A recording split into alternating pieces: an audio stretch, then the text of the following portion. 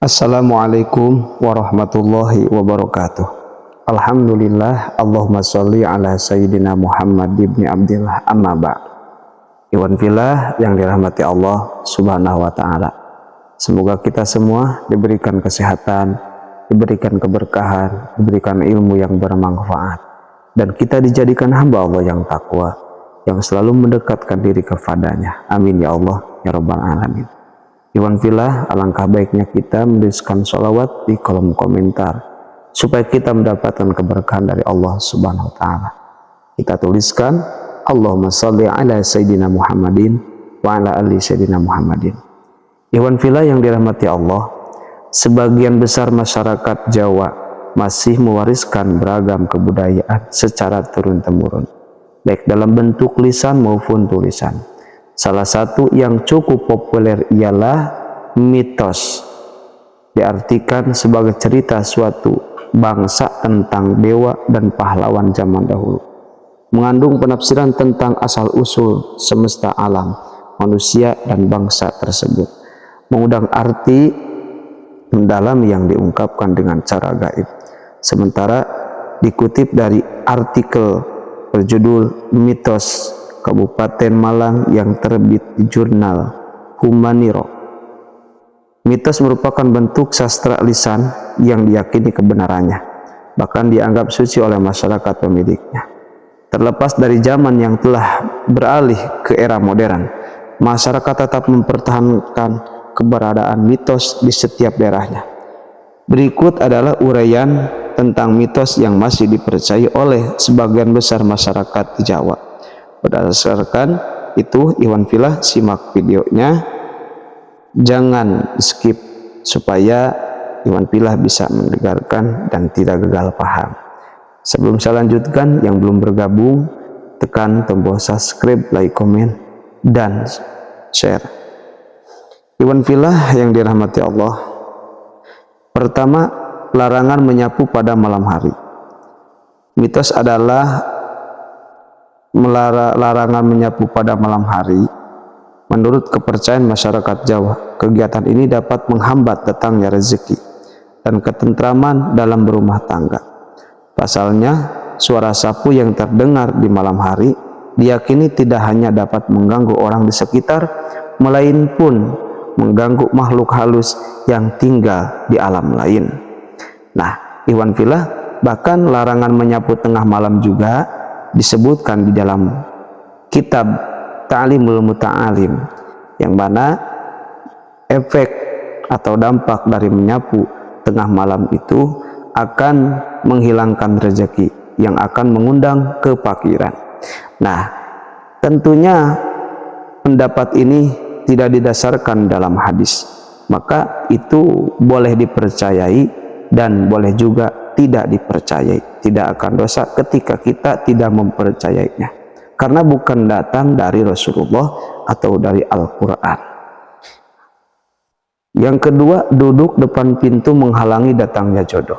Bagi orang-orang yang belum menikah, pastinya pernah mendengar mitos yang satu ini. Sekilas memang terdengar tidak masuk akal. Lalu bagaimana keduanya dapat dikaitkan? Nah, pintu merupakan akses yang digunakan seseorang untuk keluar masuk rumah. Jika seseorang duduk di depan pintu, tentunya akan menghalangi orang lain yang hendak masuk, termasuk jodoh yang artinya akan datang hendak melamar. Jadi intinya, duduk depan pintu itu bukan menghalangi datangnya jodoh, tetapi akan menghalangi orang yang mau masuk ke rumah kita, orang yang akan bertamu ke rumah kita. Maka tidak berakhlak ketika kita duduk di depan pintu. Kemudian yang ketiga, diculik roh halus apabila keluar menjelang maghrib.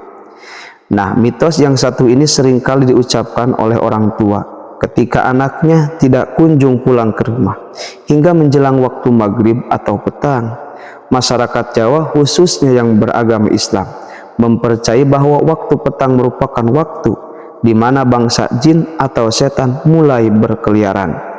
Kepercayaan itu menimbulkan adanya mitos yang mengatakan roh halus akan membawa anak-anak yang masih berkeliaran di luar rumah ke tempat persembunyian mereka.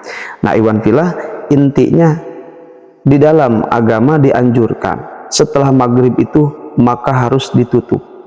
Pintu harus ditutup, jendela harus ditutup, anak-anak tidak boleh dikeluarkan. Karena apa? Karena memang benar di waktu maghrib para setan akan berkeliaran. Maka dengan itu jaga anak kita supaya tidak keluar rumah, terkecuali ketika keluar rumah untuk mengaji, karena ada tujuan hal yang baik yang sangat mulia.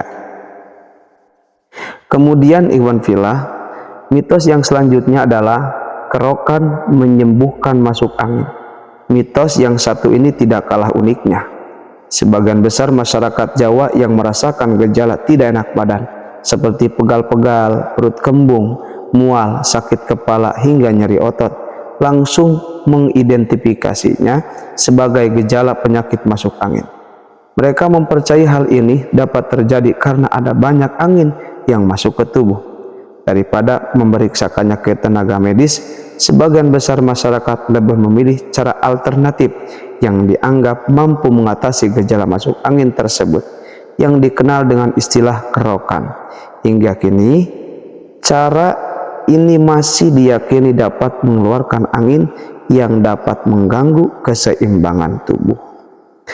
Nah, kemudian memancing saat istri hamil. Memancing menjadi hobi yang banyak digandrungi oleh para laki, baik yang masih melajang maupun sudah menikah. Di samping itu ada mitos yang mengatakan bahwa suami dilarang memancing ketika istri sedang mengandung.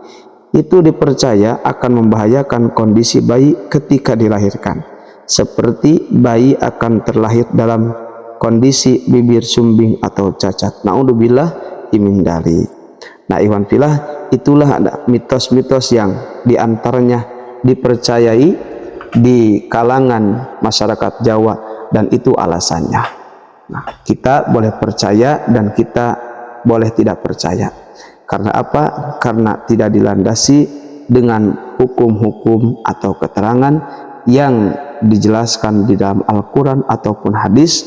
Cuman ada sebagian ulama yang berhubungan tentang masalah menyapu, yaitu dijelaskan dalam kitab Ta'alimul Muta'alim.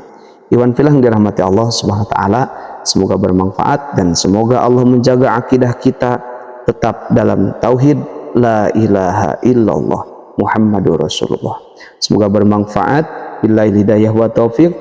Wassalamualaikum warahmatullahi wabarakatuh.